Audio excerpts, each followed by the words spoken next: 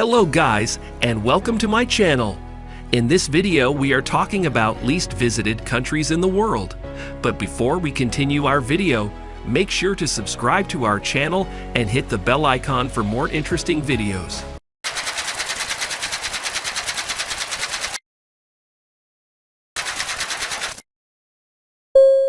So let's start the video.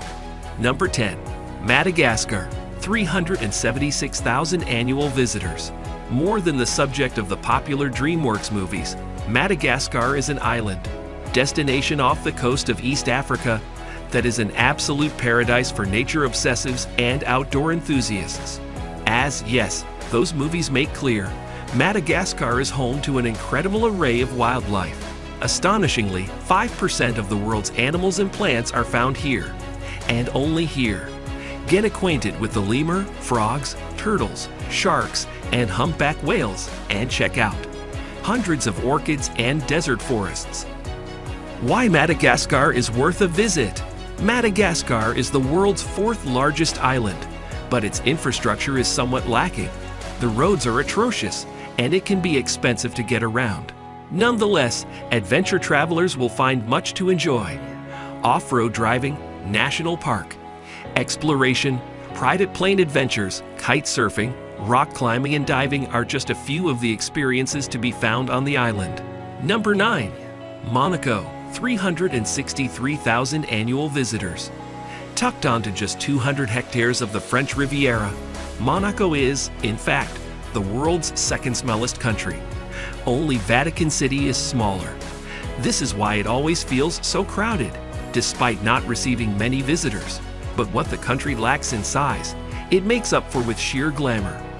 Monaco is the ultimate playground for the rich and famous, where the glitterati sunbathes in swimsuits that cost more than cars, and high rollers spend like it's going out of style. Why Monaco is worth a visit. Visitors will be stunned by the expensive yachts, elegant restaurants, and ritzy real estate that costs a pretty penny. This is a seductive destination with azure-colored water, gently lilting palm trees, and a steep, craggy cliff that juts out into the Mediterranean Sea called 𝗧𝗵𝗃. Number 8. Brunei. 323,000 annual visitors. While Sultan might seem like an antiquated term, or something from a Disney movie, rest assured that sultans are alive and well in the world, specifically in the country of Brunei. One of the world's only remaining examples of a sultanate, a country governed by a sultan. Brunei is a remnant of a naval empire that once ruled the entire island of Borneo and part of the Philippines. Why Brunei is worth a visit. Located on the island of Borneo, which is also home to Malaysia and Indonesia, Brunei's capital is Bandar Seri Begawan, a riverside city. Just outside the city, rainforests in Ulu, Temburong National Park are teeming with proboscis monkeys, hornbills, and crocodiles. Be aware, though, that this country is known for egregious human rights abuses. Most recently, it made headlines for implementing laws to stone adulterers and gay people to death. Until the government improves its policies, this is a nation you may want to avoid. Number 7. Bhutan. 316,000 annual visitors. Bhutan sits among the clouds, veiled in wisps of mystery and gossamers of magic.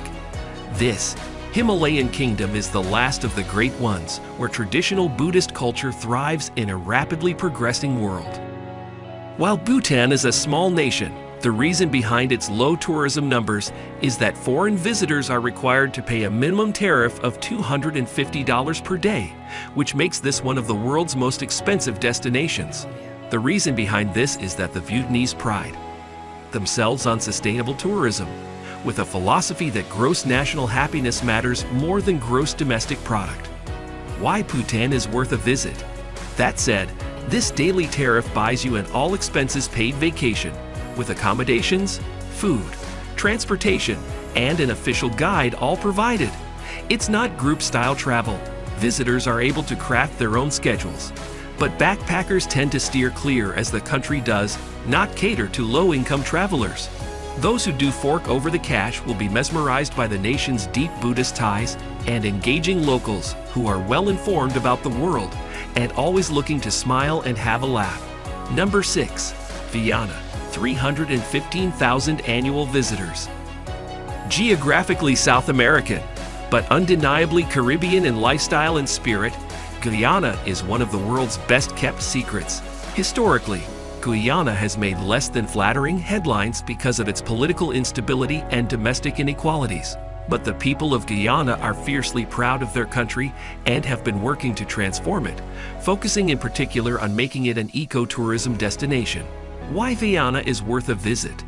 The streets of Guyana's colonial capital, Georgetown, are home to excellent nightlife and fantastic food.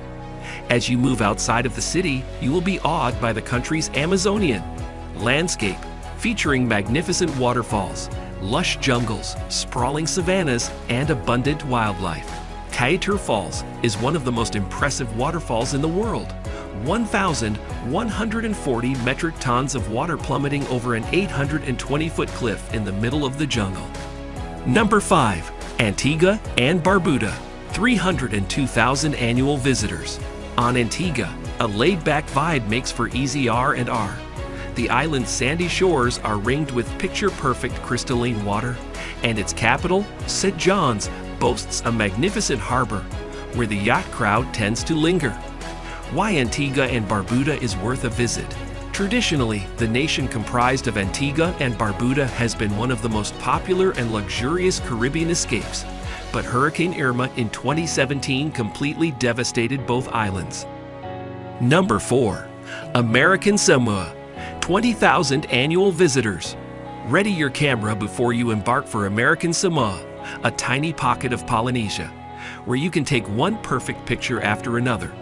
This series of volcanic islands is known for its rugged peaks blanketed in brilliantly green jungle, which tumble down to cerulean-colored waves and pristine beaches.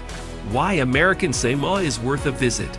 Visit Pago Pago, a rustic fishing town that sits on a beautiful natural harbor, or venture out to smaller villages where ancient traditions are waiting to be discovered. Number 3. Nai, Thai, 10,000 annual visitors.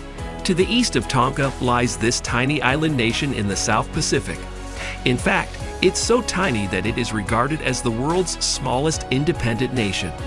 But just because it's small in size doesn't mean it doesn't pack a punch for the select few who take the time to get there. Nicknamed the Rock, Nai isn't actually an island at all, but a raised coral atoll. Why Ninu is worth a visit? Keep in mind, this is not for landlubbers looking to soak up the sun. Nai was built for the bold and adventurous. In order to see the attractions, be prepared to climb, hike, swim, or drive to the caves, snorkeling spots, and lagoons. There is also some of the best diving in the South Pacific just off the coast of the island. Number 2. Marshall Islands, 7,000 annual visitors. The Marshall Islands are an expansive chain of volcanic islands that pepper the Pacific waters between Hawaii and the Philippines.